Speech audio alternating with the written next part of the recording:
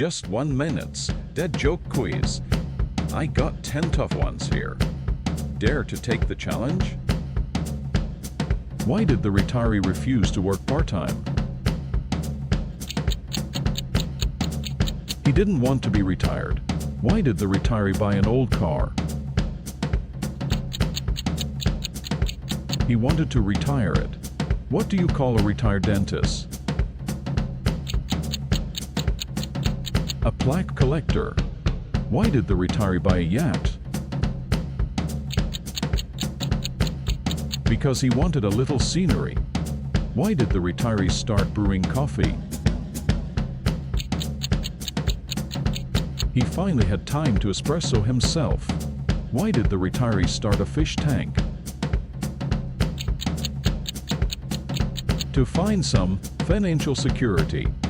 Why did the senior refuse to bungee jump? He's already had enough ups and downs. What's the best part about being retired? No more pretending to be busy. Why did you bring your briefcase to the beach?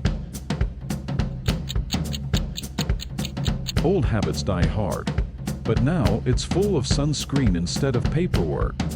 Why did the retiree start baking bread? Because he wanted to loaf around more.